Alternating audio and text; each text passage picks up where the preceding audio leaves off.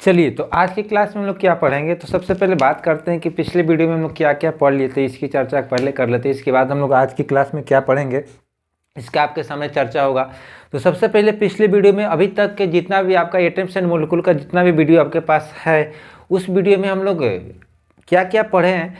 तो पिछले वीडियो में हम लोग पढ़े थे स्ट्रक्चर ऑफ एटम का, और स्ट्रक्चर ऑफ एटम में हम लोग इस बात को पढ़े थे कि एटम के अंदर जो होते हैं वो 3 पार्टिकल आपका मौजूद रहते हैं। एक होते हैं इलेक्ट्रॉन, एक होते हैं प्रोटॉन और एक होते हैं न्यूट्रॉन। ठीक है, जैसा कि इलेक्ट्रॉन जो होता है वो आपका न्यूक्लियस के बाहर में प्रेजेंट रहता है, और प्रोटॉन और न्यूट्रॉन जो होता है वो न्यूक्लियस के अंदर में प्रेजेंट रहता है। ठीक है, इसके बाद हम लोग पढ़े थे कि इलेक्ट्रॉन जो होता है, इलेक्ट्रॉन का मास कितना होता है, प्रोटॉन का मास कितना होता है, न्यूट्रॉन का मास कितना होता है। इसके बाद हम लोग पढ़े थे कि इलेक्ट्रॉन पे चार्ज आपका कितना होता है, साथ ही साथ प्रोटॉन पे चार्ज कितना होता है, न्यूट्रॉन पे चार्ज क्या होता है। ठीक है, इसके बाद हम लोग तीनों के प्रॉपर्टी को पढ़ लिए थे। ठीक है, और अब इसके बाद हम लोग आज की क्लास में जो पढ़ेंगे वो इलेक्ट्रॉन, प्रोटॉन और न्यूट्रॉन के बारे में हम लोग एक बेसिक जानकारी के रूप में पढ़ेंगे, यानी कंपैरिजन हम लोग करेंगे इलेक्ट्रॉन, प्रोटॉन और न्यूट्रॉन का। ठीक है, तो इलेक्ट्रॉन, प्रोटॉन और न्यूट्रॉन का कंपैरिजन का जहाँ तक बात है, तो जो हम लोग पिछले वीडियो में इलेक्ट्रॉन, प्रोटॉन और न्यूट्रॉन के बारे में पढ़े थे, उसी का आज हम समरी आपको बता दे रहे हैं। चलिए, सबसे पहले बात करते हैं कि सब एटॉमिक पार्टिकल आपका कितना होता है, 3 होता है। कौन कौन? एक होता है प्रोटॉन, एक होता है न्यूट्रॉन और एक होता है इलेक्ट्रॉन। जैसा कि प्रोटॉन का जो रिलेटिव मास है वो आपको हम पिछले वीडियो में बताए थे कि प्रोटॉन का जो रिलेटिव मास होता है वह होता है 1U। कितना होता है भाई मेरे? 1U होता है। और रिलेटिव जो चार्ज होता है वो आपका +1 होता है। और लोकेशन बोले तो एक कहाँ उपस्थित रहता है प्रेजेंट, तो प्रोटॉन कहाँ पे प्रेजेंट रहता है? न्यूक्लियस में प्रेजेंट रहता है, इन द न्यूक्लियस। ठीक है, सबसे पहले हम आपको इसका हिंदी आपको बता देते हैं। पहले हिंदी आप लिख लीजिएगा, इसके बाद आपका पूरा का इंग्लिश मीनिंग जो आपको लिखे हुए उसका चर्चा हम लोग कर लेंगे। ठीक है, तो सबसे पहले यहाँ पे लिखा हुआ comparison between proton, neutron and electron. इसका जो हिंदी होगा वो ये होगा भाई मेरे कि इलेक्ट्रॉन, प्रोटॉन और न्यूट्रॉन के बीच तुलना। इलेक्ट्रॉन, प्रोटॉन और न्यूट्रॉन के बीच तुलना, ये आपका हिंदी हुआ। चलिए, इसके बाद आप ये 4 डब्बा बनाइएगा, और 4 डब्बा में सबसे पहले लिखिएगा सब एटॉमिक पार्टिकल के कण, सब एटॉमिक पार्टिकल के कण। इसके बाद यहाँ पे लिखिएगा रिलेटिव मास का हिंदी होता है, रिलेटिव मास का हिंदी सापेक्ष द्रव्यमान। इसके बाद रिलेटिव चार्ज का हिंदी आप लिखिएगा सापेक्ष आवेश, और लोकेशन का हिंदी लिखिएगा आप स्थिति। इसके बाद यहाँ पे लिखा हुआ है प्रोटॉन। प्रोटॉन में तो आपका ये तो सब सारा कुछ आपको हिंदी में लिखा हुआ ही है। इन द न्यूक्लियस, इसमें आप हिंदी लिखिएगा केंद्रक, इसमें भी लिखिएगा केंद्रक के अंदर, ये दोनों में लिखिएगा केंद्रक के अंदर, और इसमें लिखिएगा केंद्रक के बाहर। ठीक है, चलिए इतना आप हिंदी खुद से नोट्स बना लीजिएगा। ठीक है, अब हम लोग आगे चलते हैं। स्ट्रक्चर ऑफ एटम्स मॉडल, इसका हिंदी क्या हुआ? तो परमाणु संरचना के मॉडल। इसमें पहला पॉइंट आपका लिखा हुआ है Dalton's atomic theory suggest that atoms are indivisible. इसका हिंदी आप लिखिएगा डाल्टन्स एटॉमिक सिद्धांत यह बताया था कि परमाणु अविभाजित होते हैं। ठीक है, चलिए आगे। इसका हिंदी लिखिएगा but discover of electron, proton, neutron are disprove the theory. इसका हिंदी लिखिएगा but discover of electron, proton and neutron. लेकिन इलेक्ट्रॉन, प्रोटॉन और न्यूट्रॉन के खोज के बाद यह थ्योरी गलत साबित हो गया। ठीक है, चलिए इसके बाद आपका अगला पॉइंट का हिंदी लिखिएगा discovery of electron, proton suggested that atoms are divisible and they do have an inner structure. इसका हिंदी यह हुआ भाई मेरे कि इलेक्ट्रॉन, प्रोटॉन और न्यूट्रॉन के खोज हमें यह बताता है कि एटम्स विभाजित होते हैं और इसके अंदर भी कण उपस्थित रहते हैं। यहाँ तक हिंदी हो गया ना। चलिए इसके बाद आगे ये आपका लिखा हुआ है J Thomson was the first scientist to give a model for a structure of atom. इसका हिंदी यह हुआ जे थॉमसन पहले वैज्ञानिक थे जो परमाणु संरचना के मॉडल के बारे में बताएं। ठीक है, चलिए हम लोग पूरा का हिंदी आपको हम लिखवा दिए नोट्स के रूप में। ठीक है, अब जो हिंदी के स्टूडेंट, इंग्लिश के स्टूडेंट होंगे वो आपका इंग्लिश तो लिखा हुआ है, इंग्लिश तो बोलने की ज़रूरत है नहीं, आप खुद से यहाँ पे स्क्रीनशॉट करके और लिख सकते हो। चलिए अब हम लोग समझते हैं पूरी बात को। जैसा कि हम लोग पढ़े थे पिछले वीडियो में कि एटम के 3 सब एटॉमिक पार्टिकल होते हैं, इलेक्ट्रॉन, प्रोटॉन और न्यूट्रॉन। इलेक्ट्रॉन, जहाँ तक बात करते हैं प्रोटॉन का, तो प्रोटॉन का आपका रिलेटिव मास जो होता है वो 1 होता है और रिलेटिव चार्ज जो होता है वो +1 होता है और न्यूक्लियस में यह प्रेजेंट रहता है। साथ ही साथ न्यूट्रॉन जो होता है वो आपका, इसका भी रिलेटिव मास 1 ही होता है, लेकिन रिलेटिव जो चार्ज होता है वो आपका क्या होता है, 0 होता है। न्यूट्रॉन हम आपको बताए भी थे कि न्यूट्रॉन के ऊपर कोई भी चार्ज नहीं होता है, यह क्या होता है, न्यूट्रल होता है, इसीलिए इसका रिलेटिव चार्ज कितना माना गया भाई मेरे, 0 माना गया है।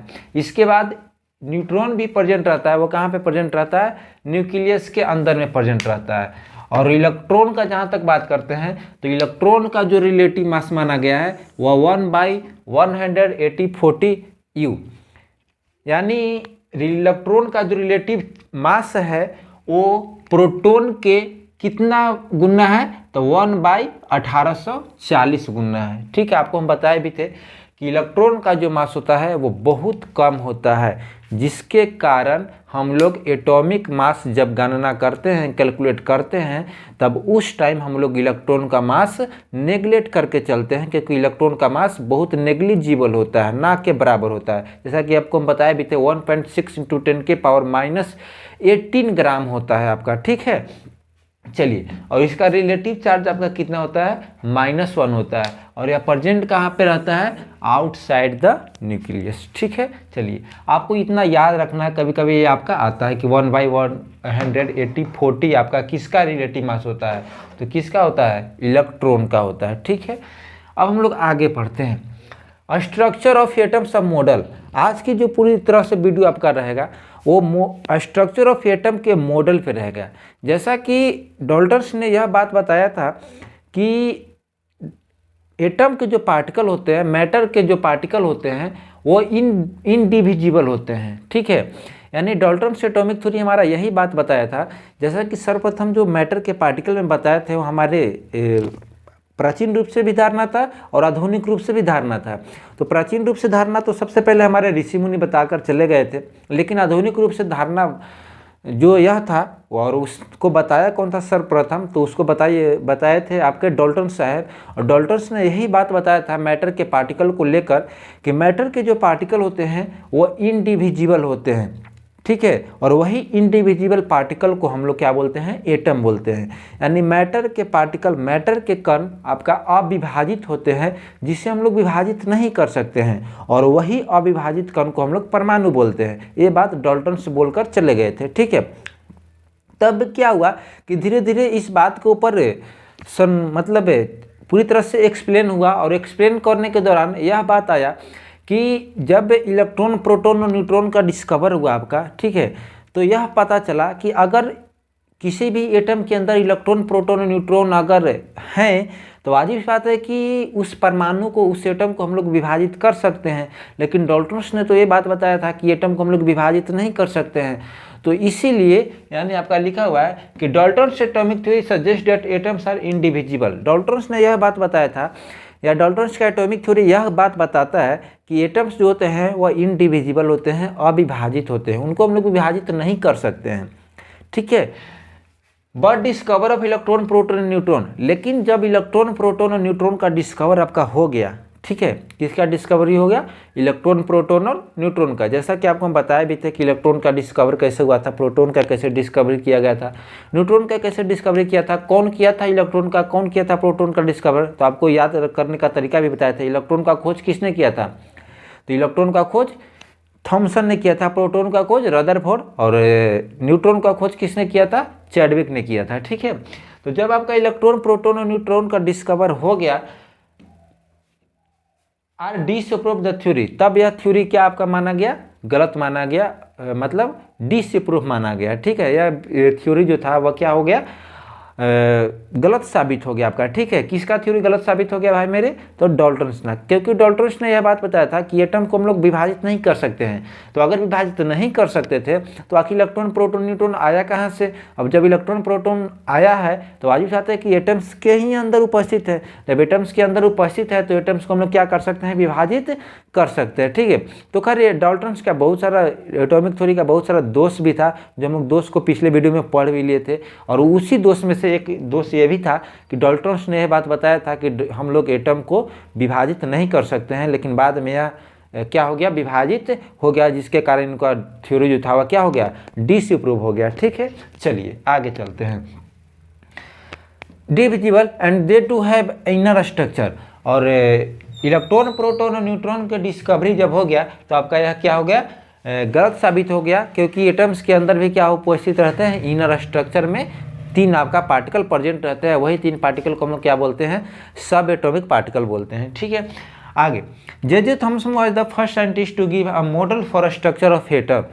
जे थॉमसन पहले ऐसे साइंटिस्ट थे, जब ये बात आपका गलत साबित हो गया था डाल्टन्स का कि आपका एटम को विभाजित हम लोग कर सकते हैं, तब आपका क्या हुआ कि जब एटम को विभाजित हो गया, इलेक्ट्रॉन प्रोटॉन और न्यूट्रॉन का आपका खोज हो गया था भाई मेरे, तब एटम के स्ट्रक्चर पे आपका बहुत सारा मॉडल आया। ठीक है ना, एटम के स्ट्रक्चर पे बहुत सारा क्या आए?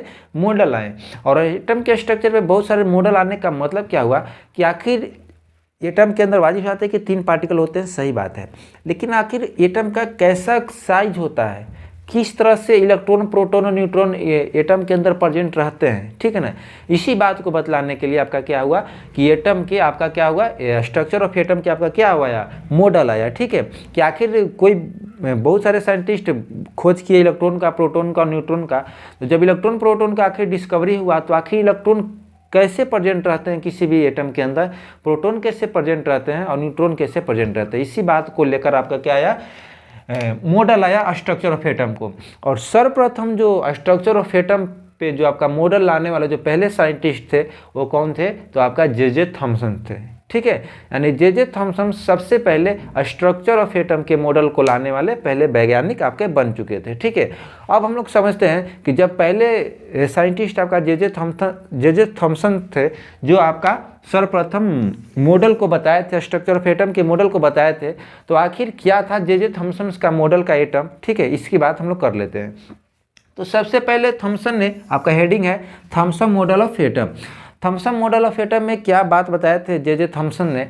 तो जे थॉमसन ने अपने स्ट्रक्चर ऑफ एटम के मॉडल में यह बात बताया था कि देखिए, जो एटम होते हैं वो एक के स्फीयर के जैसा होते हैं। किस तरह का? स्फीयर के जैसा। ठीक है, एटम आपका किस तरह के होते हैं? स्फीयर के जैसा होते हैं। और इस स्फीयर के जैसा में आपका जो इलेक्ट्रॉन प्रेजेंट रहते हैं, इलेक्ट्रॉन जो प्रेजेंट रहते हैं, इससे मान लीजिए कि एक एटम है जो स्फीयर के जैसा है, और इसमें आपका क्या हो गया कि ये पूरी तरह से जो आपको ये भाग नजर आ रहा है वो प्रोटॉन का नजर आ रहा है। किसका भाई मेरे? प्रोटॉन का। और इस भाग में जो इस तरह के जो आपको आकार नजर आएंगे इम्बेडेड हुए, वो आपका किसका नजर आएंगे? इलेक्ट्रॉन का नजर आएंगे। यानी स्फीयर के अंदर जो पूरी तरह से जो मास होता है वो आपका प्रोटॉन को बताता है, और जो इस मास में जो आपके इस तरह से एम्बेडेड रहते हैं वो आपका किसको डिनोट करता है? इलेक्ट्रॉन का। जैसे आप लोग तारबूज के नाम सुने होंगे, तारबूज में क्या होता है कि तारबूज का स्ट्रक्चर भी स्फीयर के जैसा होता है, और यह स्फीयर में क्या होता है कि आपका जो तारबूज का जो रेड पार्ट होता है, रेड पार्ट, वह आपका प्रोटॉन को बताता है, और जो इसमें तारबूज के अंदर जो बीज, ब्लैक कलर का जो बीज प्रेजेंट रहते हैं वो आपका किसका रहता है? इलेक्ट्रॉन को प्रेजेंट करता है। ठीक है, थॉमसन ने यही बात बताया था कि किसी भी एटम का जो स्ट्रक्चर होता है वो एक स्फीयर के जैसा रहता है, जिस तरह से एक तारबूज का आकार होता है, और उस तारबूज के अंदर जो रेड भाग होते हैं, रेड पार्ट होते हैं, वो आपका प्रोटॉन को बताते हैं, और उसके अंदर जो सीड होते हैं ब्लैक कलर का, वो इलेक्ट्रॉन को बताते हैं। ठीक है, और एक बात उन्होंने यह भी बात बता दिया कि जितना प्रोटॉन उस स्फीयर के अंदर रहते हैं उतना ही इलेक्ट्रॉन भी रहते हैं, और जिसके कारण कोई भी एटम आपका क्या होते हैं? न्यूट्रल रहते हैं। क्या रहते हैं भाई मेरे, न्यूट्रल रहते हैं। यानी J Thomson model of atom क्या बात बताया था, तो थॉमसन का मॉडल एटम यह बात बताए थे कि कोई भी एटम एक स्फीयर के जैसा रहते हैं और उसमें इलेक्ट्रॉन आपका एम्बेडेड रहते हैं, प्रेजेंट रहते हैं, और साथ ही साथ उस स्फीयर के अंदर जितना इलेक्ट्रॉन आपका प्रेजेंट रहते हैं उतना ही प्रोटॉन भी प्रेजेंट रहते हैं, जिसके कारण कोई भी एटम एक क्या होता है, न्यूट्रल माना गया है। ठीक है, यही बात थॉमसन मॉडल ऑफ एटम के अंदर बताया गया था आपका। ठीक है, थॉमसन के बाद आपका रदरफोर्ड आए थे, रदरफोर्ड के बाद आपका नील्स बोर आए थे। ठीक है ना, तो इन सारे मॉडल के बारे में चर्चा होते गया। ठीक है, धीरे धीरे आपका थॉमसन का भी मॉडल का कुछ आपका क्या था, दोष था, जिसके कारण आपका अगला मॉडल आया रदरफोर्ड का। रदरफोर्ड मॉडल का भी कुछ दोष आया जो आपका नील्स बोर दूर किए। ठीक है, नील्स बोर के बाद भी कुछ बहुत सारे मॉडल आए थे। ठीक है, तो सारे को हम लोग बारी बारी से पढ़ते जाएंगे। तो फिलहाल में सबसे पहले आपका लिखते हैं थॉमसन मॉडल ऑफ एटम के बारे में। ठीक है, चलिए, तो अब हम लोग बात करेंगे आपका थॉमसन मॉडल ऑफ एटम के बारे में कि आपका थॉमसन मॉडल ऑफ एटम क्या होता है। ठीक है, इसी चर्चा हम लोग करेंगे।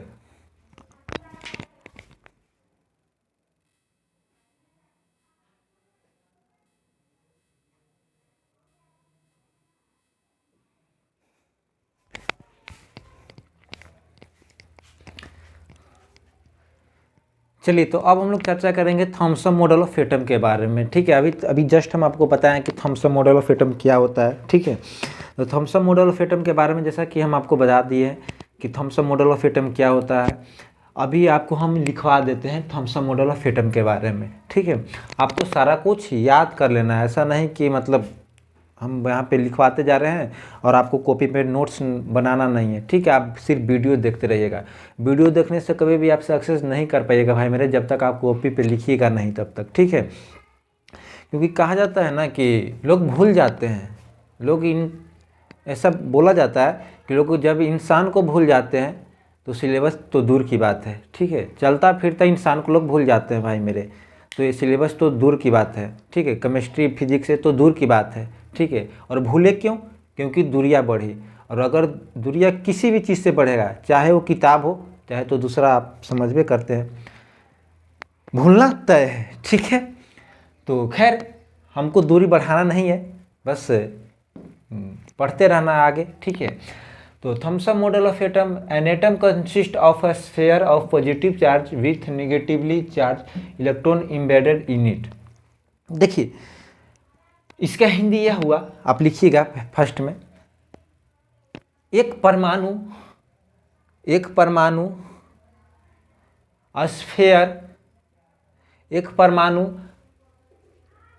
स्फीयर के जैसा होते हैं जिसमें पॉजिटिव चार्ज द्रव्यमान के रूप में और उस द्रव्यमान के अंदर इलेक्ट्रॉन धंसे हुए रहते हैं। धंसे मतलब एम्बेडेड हुए रहते हैं। ठीक है, पहला है। दूसरा, पॉजिटिव और निगेटिव आवेश या धनात्मक या ऋणात्मक आवेश बराबर मैग्नीट्यूड बोले तो इसका हिंदी क्या हो जाएगा, बराबर मात्रा में उपस्थित रहते हैं। ठीक है, देखिए थॉमसन मॉडल ऑफ एटम कहता क्या है कि पहला थॉमसन ने यह बात बताएं अपने मॉडल में कि देखिए जो आपका कोई भी एटम रहता है वो एक स्फीयर के जैसा रहता है। ठीक है, और वो जो स्फीयर रहता है वो आपका पूरी तरह से किसका होता है भाई मेरे, तो पॉजिटिव चार्ज का होता है। किसका होता है, पॉजिटिव चार्ज का होता है। ठीक है, किसका होता है भाई मेरे, पॉजिटिव चार्ज का। यानी एक स्फीयर जो होता है वो पॉजिटिव चार्ज का होता है, और उस पॉजिटिव चार्ज के स्फीयर में आपका क्या होगा ना कि इलेक्ट्रॉन आपका क्या होंगे, धंसे हुए रहेंगे। जैसे आपको बिंदु बिंदु नजर आ रहा है ना, तो आपका इलेक्ट्रॉन धंसे हुए रहेंगे। ठीक है, एक एटम के अंदर आपके जो इलेक्ट्रॉन होते हैं वो धंसे हुए रहते हैं, और प्रोटॉन वो पूरी तरह से आपका क्या होता है, स्फीयर का रहता है। ठीक है, इतना बात समझ गए ना। अब जितना इसमें आपका इलेक्ट्रॉन प्रेजेंट रहेंगे भाई मेरे, उतना ही आपका क्या होंगे, प्रोटॉन भी प्रेजेंट रहेगा। इलेक्ट्रॉन आपका जितना प्रेजेंट रहेगा वो आपका क्या प्रेजेंट रहेगा, प्रोटॉन भी प्रेजेंट रहेगा, जिसके कारण कोई भी एक एटम जो रहेगा वो आपका क्या रहता है भाई मेरे, न्यूट्रल रहता है। ठीक है ना, कोई भी आपका एटम क्या रहता है, न्यूट्रल रहता है। समझ गए ना इतना बात को सारा कुछ, ठीक है। चलिए, यानी पूरी तरह से हम लोग थॉमसन मॉडल ऑफ एटम के बारे में आज पूरी तरह से चर्चा हम लोग कर लिए कि थॉमसन मॉडल ऑफ एटम क्या था, क्या नहीं था, ठीक है। थॉमसन मॉडल ऑफ एटम कहते किसको हैं, इन सारी बातों को हम लोग चर्चा कर लिए, ठीक है। चलिए, अब हम लोग अगले क्लास में पढ़ेंगे रदरफोर्ड मॉडल ऑफ एटम के बारे में। तब तक के लिए जय हिंद।